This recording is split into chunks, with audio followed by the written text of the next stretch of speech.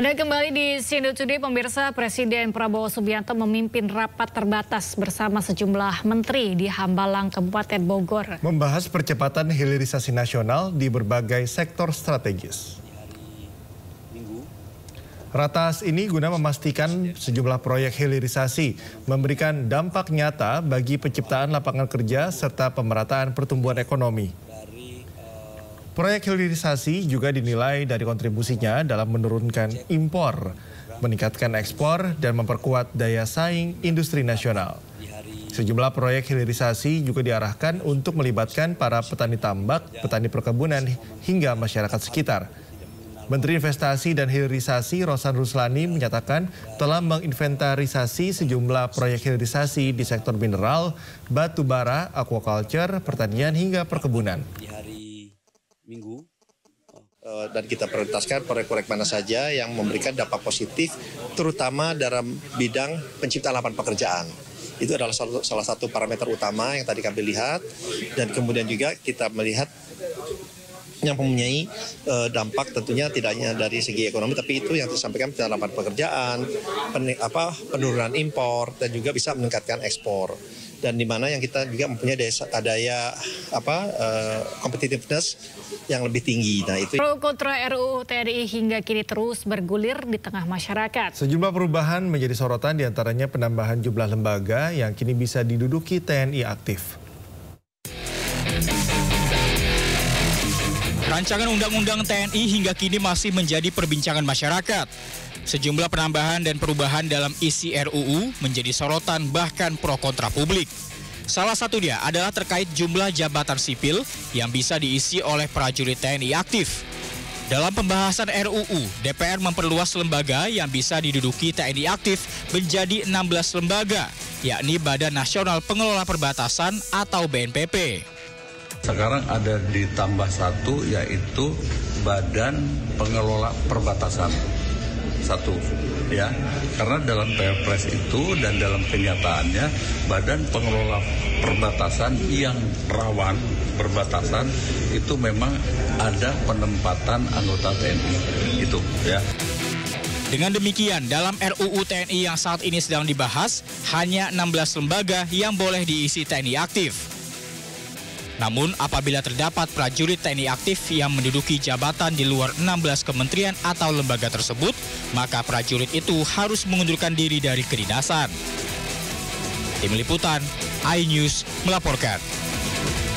Informasi lain, pemirsa, sebuah bus berpenumpang pemudik terbakar di Pangkep, Sulawesi Selatan. Kebakaran bus tujuan Makassar ini diduga akibat korsleting listrik pada bagian mesin.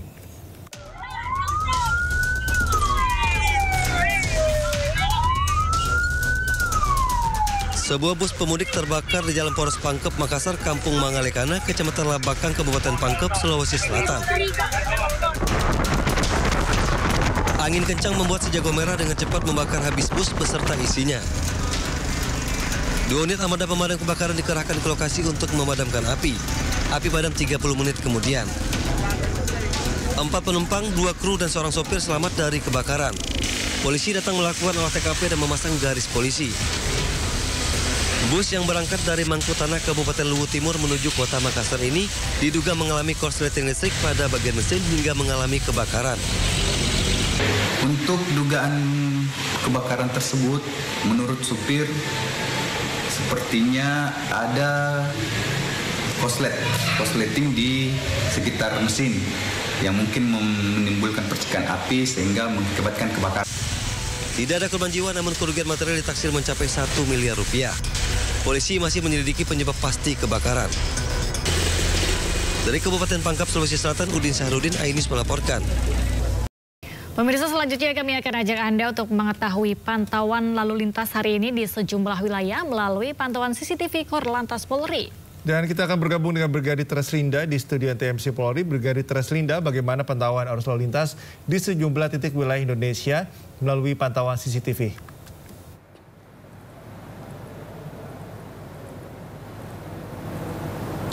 Ya baik, terima kasih rekan saya Galuh dan juga Cikal. Di studio pemirsa saya akan mengajak Anda melihat kondisi arus lalu lintas terkini melalui pantauan CCTV Korlantas Polri untuk menemani aktivitas pagi Anda. Kita awali dari kawasan Simpang Sadang, Jawa Barat. Arus lalu lintas dari Cikopo yang akan mengarah ke Purwakarta saat ini dalam keadaan relatif lancar. Perlambatan kecepatan kendaraan terjadi di antrian traffic light. Kemudian dari arah Cikopo yang akan mengarah ke Subang dalam keadaan ramai lancar dengan dominasi kendaraan roda 2. Bisa kita saksikan ini kendaraan roda 2 ini baru lepas dari antrian traffic light di sana. Dan kita tinggalkan Pospol Simpang Sadang, Jawa Barat. Selanjutnya kita beralih ke kawasan Pasar Gamping, Yogyakarta. Arus lalu lintas dari arah Jogja Kota yang akan mengarah ke Purwokerto saat ini dalam keadaan ramai lancar. Dan di arah sebaliknya Purwokerto yang akan mengarah ke Jogja Kota dalam keadaan relatif lancar. Meskipun lalu lintas di kawasannya terlihat lancar, namun antisipasi banyaknya aktivitas pejalan kaki yang berlalu lalang menyeberang jalan di kawasan ini. Untuk itu bagi para pengguna jalan tentunya Anda untuk menjaga batas kecepatan kendaraan Anda. Kita tinggalkan Pasar Gamping, Jogja. Selanjutnya kita beralih ke Simpang Kenanten, Mojokerto. Arus lalu lintas dari jalan bypass Mojokerto yang akan mengarah ke Jalan Surabaya, Madiun dalam keadaan mengalami antrian kendaraan di belakang traffic light mencapai 100 meter. Selepas traffic light, kendaraan dapat melaju dengan kecepatan normal. Dan di Jalan Raya Gempol Mojokerto yang akan mengarah ke Jalan Jaya Negara saat ini dalam keadaan ramai lancar. Bisa kita saksikan di sana dominasi kendaraan lebih didominasikan oleh kendaraan roda 2. Dan pemirsa yang terakhir kita pantau dari Karitas Palembang. Dari pantauan CCTV kami terlihat pada pagi hari ini di kota Palembang baru saja diguyur hujan sehingga pada jalan nampak dalam keadaan licin. Untuk itu bagi para pengguna jalan tentunya Anda untuk selalu berhati-hati dengan aquaplaning di jalan yang dapat menyebabkan kecelakaan lalu lintas. Untuk arus lalu lintas sendiri dari arah jalan Atmo yang akan mengarah ke Peteren dalam keadaan ramai lancar. Perlambatan kecepatan juga terjadi di antrian traffic light. Dan untuk arus lalu lintas dari Jalan Atmo yang akan mengarah ke Simpang Sekip dalam keadaan ramai lancar. Dan pemirsa, kami menginformasikan data IRSMS Korlantas Polri dalam kurun waktu 1 kali 24 jam terjadi 202 kasus laka lantas dengan rincian 20 orang meninggal dunia, 16 orang luka berat, serta 145 orang luka ringan. Dari 202 kasus laka lantas tersebut, 58,85% terjadi pada waktu siang hari.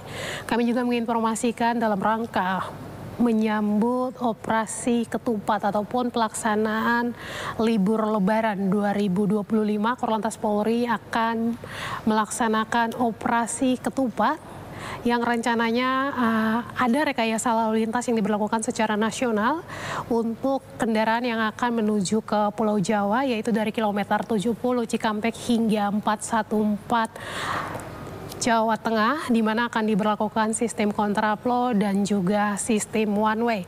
Dalam pelaksanaannya kami harapkan Anda dapat mengikuti arahan serta petunjuk petugas kami yang berada di lapangan. Rencananya operasi ketupat ini akan dilaksanakan pada tanggal 23 Maret hingga 8 April 2025. Hal ini untuk memastikan perjalanan mudik Anda berjalan dengan baik dan juga lancar sehingga Anda dapat sampai ke kampung halaman dalam keadaan sehat dan berkumpul bersama keluarga. Bagi Anda yang akan mengupdate informasi-informasi seputar arus lalu lintas terkini, kami siap melayani Anda di 15669 ataupun melalui SMS Center kami di 9119. Demikian Brigadir Treslinda melaporkan langsung dari Studio TMC, Galuh dan juga Cikal. Kembali ke Anda, silakan. Ya baik, terima kasih Brigadir Treslinda atas laporannya. Selamat bertugas kembali dan salam presisi.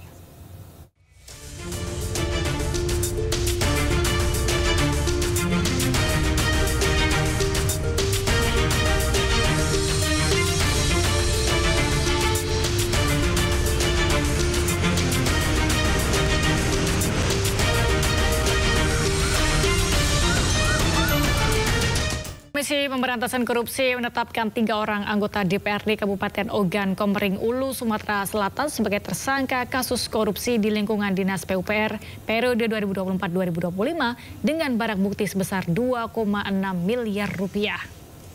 3 tersangka dari jajaran anggota DPRD Kabupaten Ogan Komering Ulu, diantaranya 3 anggota Komisi 3 DPRD Oku, Ferlan Juliansyah, Ketua Komisi 3 DPRD Oku, M. Farudin, dan Ketua Komisi 2 DPRD Oku, Umi Hartarti.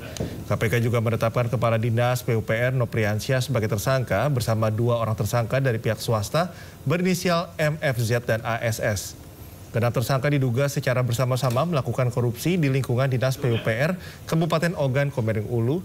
Dalam operasi tangkap tangan sebelumnya, penyidik menyita uang tunai sebesar 2,6 miliar rupiah.